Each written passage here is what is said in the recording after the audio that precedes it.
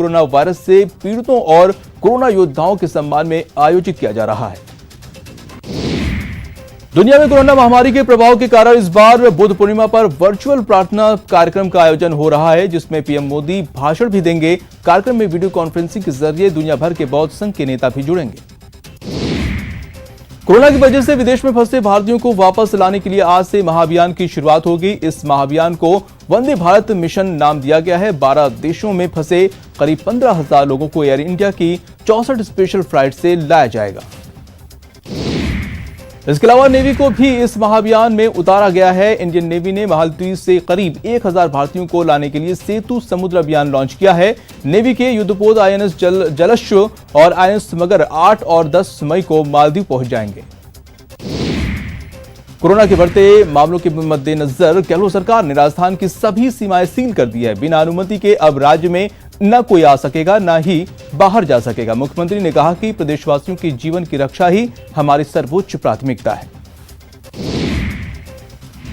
राज्य सरकार के फैसले के मुताबिक केंद्रीय गृह मंत्रालय के निर्देश के मुताबिक ही प्रदेश में आने की अनुमति होगी। वहीं आपात स्थिति में ही राज्य से बाहर जाने की मंजूरी होगी। कलेक्टर ई पास जारी कर सकेंगे।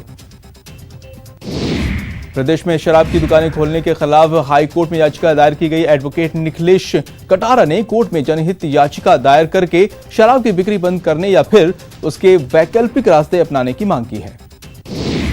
देश में कोरोना का संक्रमण तेजी से फैल रहा है। पिछले 24 घंटे में 3000 के करीब नए केस मिले हैं, जिसके बाद पॉजिटिव मरीजों की संख्या 49,300 के पार पहुंच गई है। देश में महामारी से अब तक 1694 लोगों की मौत हो चुकी है। कोरोना से नुकसान के मामले में भारत दुनिया में 15वें स्थान पर पहुंच गया है। 14,000 से ज्यादा लोग अब तक स्वस्थ हो चुके हैं।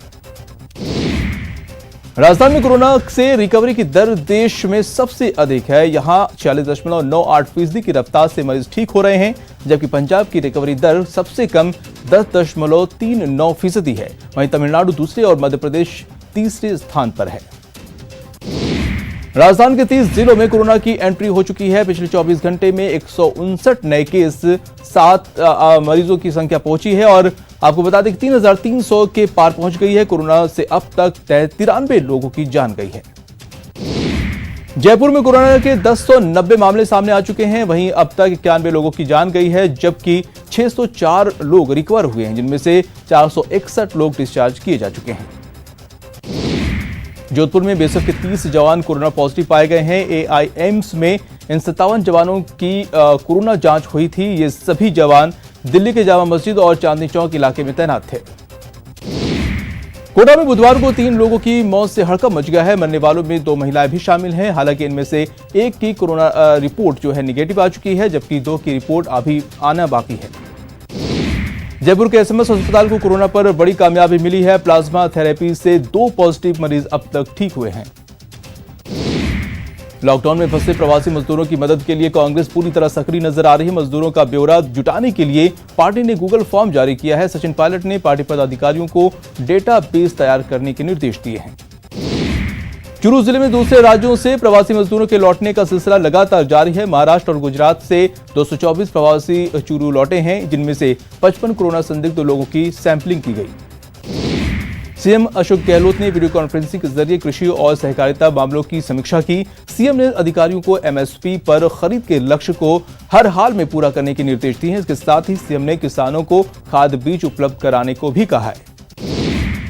सीएम ने टिड्डी टेरर पर लगाम लगाने के लिए कंटीजेंसी प्लान बनाने पर निर्देश दिए हैं।